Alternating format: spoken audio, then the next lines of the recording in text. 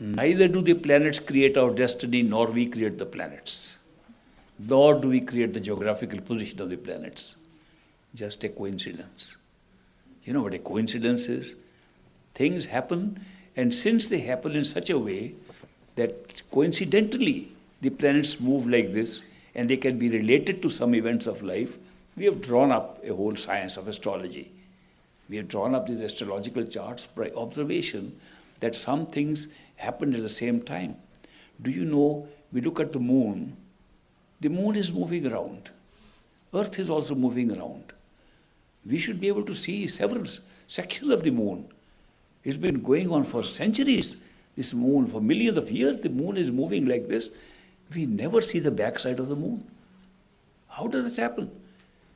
Nobody is controlling it. It's not the earth controlling, the moon should not go like that. It's not the moon controlling the earth.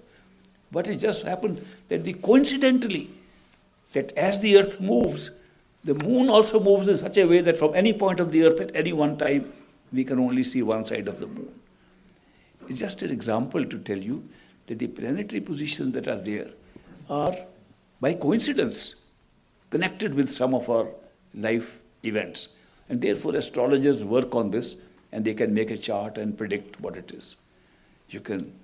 All these astrological things, they sometimes turn out right, sometimes not.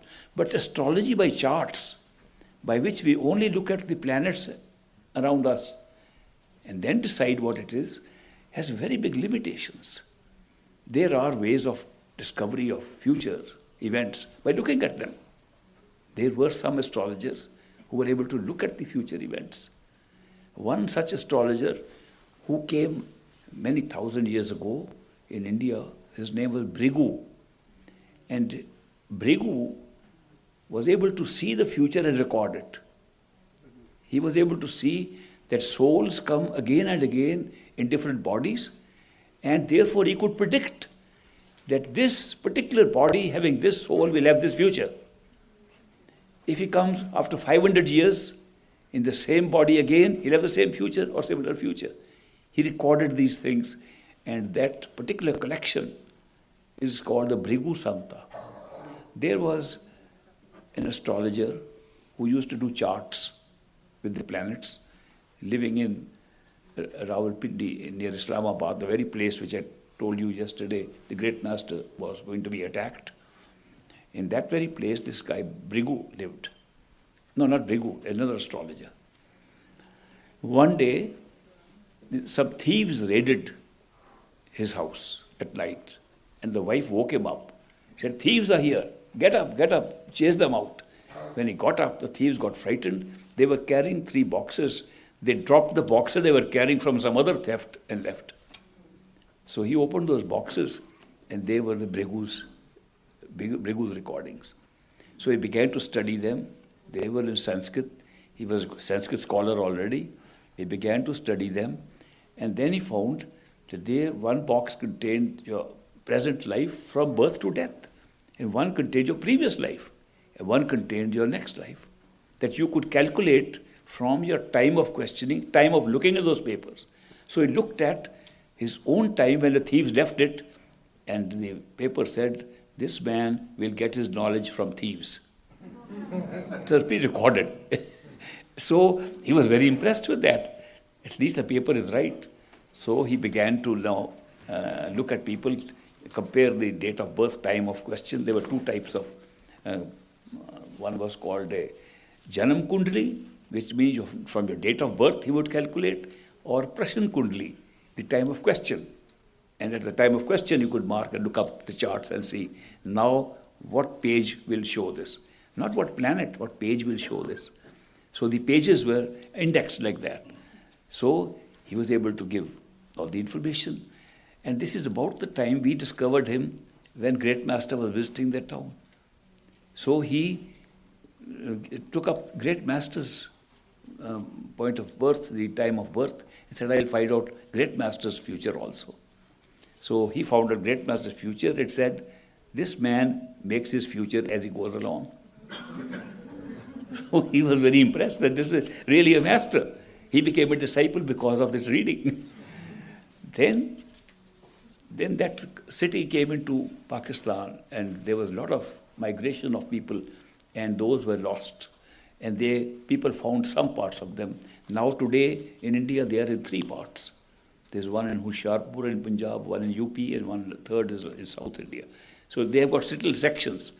People still go to ask what Bhrigu says about us, and at the time of questioning, they can look up and calculate the chart, which is given, the method of calculation is given there, and then those experts, they tell this man who's coming here, who's holding his hands like this at this time, he talks like this, who's now sitting in front holding his hands like this, was born there and did this. I took some American friends of mine to one of these centers in Hoshiarpur, and they were shocked because the papers, which were very, they're written in old kind of paper, being translated, being subscribed, being written up again and again, scribed again and again. They're very old papers. So he was surprised when he told all his family's situation in the United States. They were all written up there.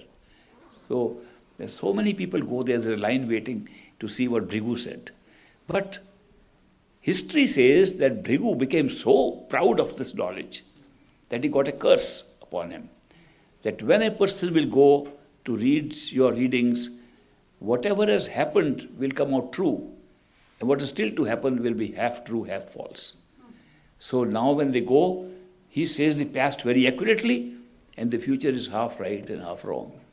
And he doesn't tell which part will be right and which will be wrong, so you're always left puzzled by the readings.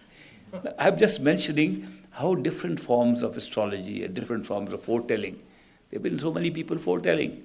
I think I mentioned that there was a lady, Carol Canova, who was able to see things in a dream a week ahead of the event.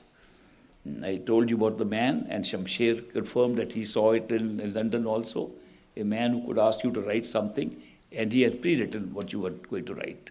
So obviously all these show that whatever the future is, it's pre-written somewhere. We just go along with it. We're just going along with it. Just because what is pre-written also includes our mental thinking about it. Also includes how we make choices, what we think, what options we examine, and how we say, this is what I want to do. It's all pre-written. It looks like we have free will. Nothing is pre-written, and we are making it now.